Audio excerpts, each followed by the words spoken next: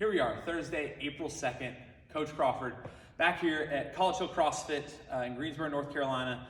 During all of our Corona craziness, we are continuing to make sure that we have resources for you to know how to perform our at-home workouts and getting into some of the finer points of performance and maybe some common faults we might see with some of those movements. Luckily, today we've got a very simple workout. It is a 18-minute AMRAP in which it will be 5, 10, 15, 20, 25, so on and so forth, adding 5 reps each time of push-ups and anchored sit-ups. We will also have air squats, except the air squats will go up by 10. It'll be 10, 20, 30, 40, 50, so on and so forth for our 18 minutes, just trying to accumulate as many reps as we can. So let's talk about our movements. Push-ups. This is a movement that we can all do. It is super scalable, and anyone from any fitness level should have the ability to perform this. When we think about our regular push-up, what we're looking for in a full range of motion is starting in that up position, making sure that we're nice, tight plank, right? We want to avoid our hips or legs sagging here, okay? We can save that for our yoga and our little up dog, but we want a nice, tight core. We're going to bring our chest all the way down, ideally getting our chest to the deck, then pressing out.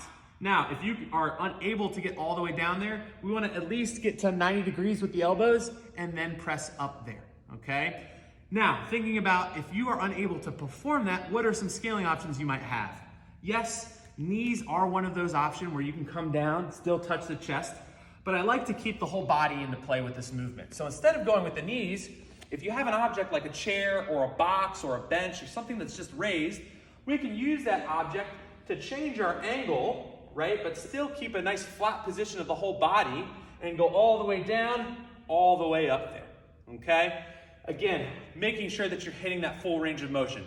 Don't go shorting yourself and pulling some of the bro push-ups, as we like to call them, where you're just zipping through them, thinking you're gonna get through them nice and quick. We want that full range of motion going all the way down, all the way up. Again, beach season is still coming.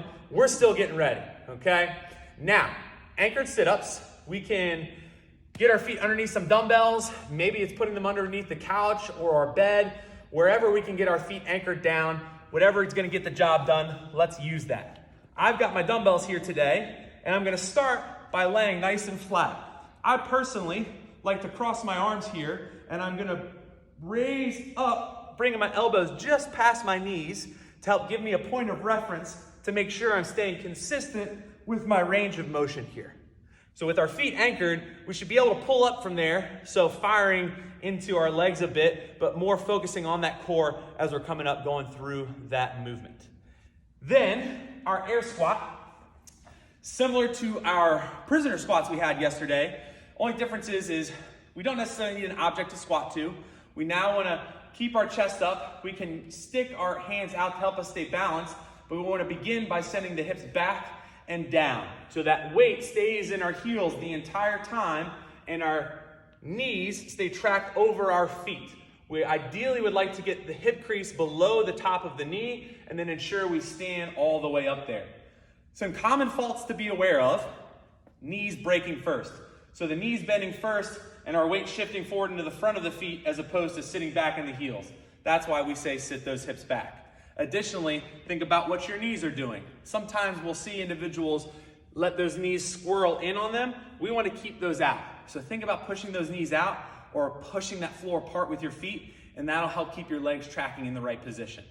If you need to, get an object to squat to. If you're unable to get that hip crease below parallel, nothing wrong with getting a chair, squatting down, standing up, so that we hone in on really high quality movement patterns. That's what's gonna make us stronger. That's what's gonna help us continue on these healthy habits. If you have any questions or anything, please don't hesitate to post them in the comments. Go out, get a great sweat, and enjoy your Thursday.